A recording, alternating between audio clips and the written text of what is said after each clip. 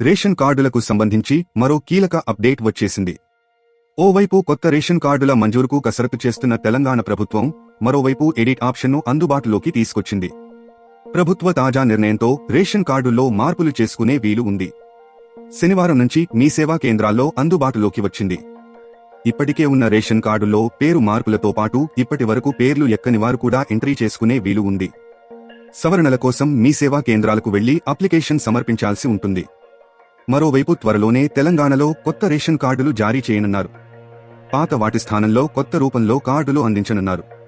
కొత్త కార్డుల మంజూరు దిశగా ఇప్పటికే సర్కార్ కసరత్తు చేయగా ఎన్నికల కోడ్ తర్వాత ఆగిపోయింది. కోడ్ ఎత్తివేయడంతో కీలక నిర్ణయాలు తీసుకునే దిశగా అడుగులు వేస్తోంది. కొత్త కార్డుల మంజూరుపై కేబినెట్ భేటీలో చర్చించిన తర్వాత నిర్ణయం తీసుకునే అవకాశం ఉంది. ఆ వెంటనే ఉత్తర్వులు జారీ అవుతాయని తెలుస్తోంది. రాష్ట్ర వ్యాప్తంగా ప్రస్తుతం 90 లక్షల రేషన్ కార్డులు ఉన్నాయి. కొత్త కార్డుల కోసం అవకాశమిస్తే మరో 10 లక్షల కుటుంబాల నుంచి దరఖాస్తులు వస్తాయని అధికారులు అంచనా వేస్తున్నారు. ప్రజాపాలన కార్యక్రమంలో భాగంగా తెల్ల కాగితంపై రేషన్ కార్డుల కోసం ప్రభుత్వం దరఖాస్తులను స్వీకరించింది.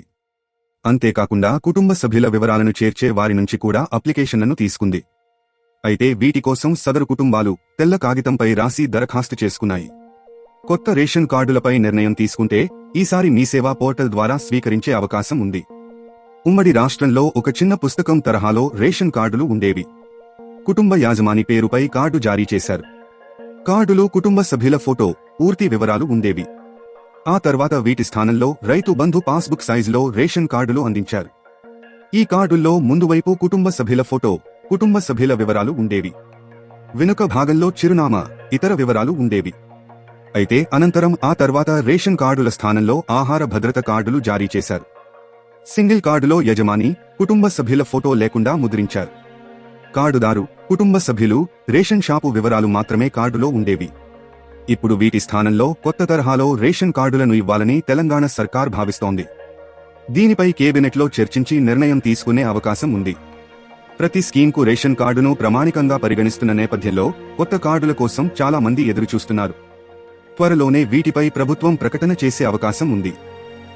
తాజా సమాచారం కోసం లైక్ చేయండి, సబ్స్క్రైబ్ చేయండి, నోటిఫికేషన్ల కోసం గంట సింబల్ ఆన్ చేసి పెట్టండి.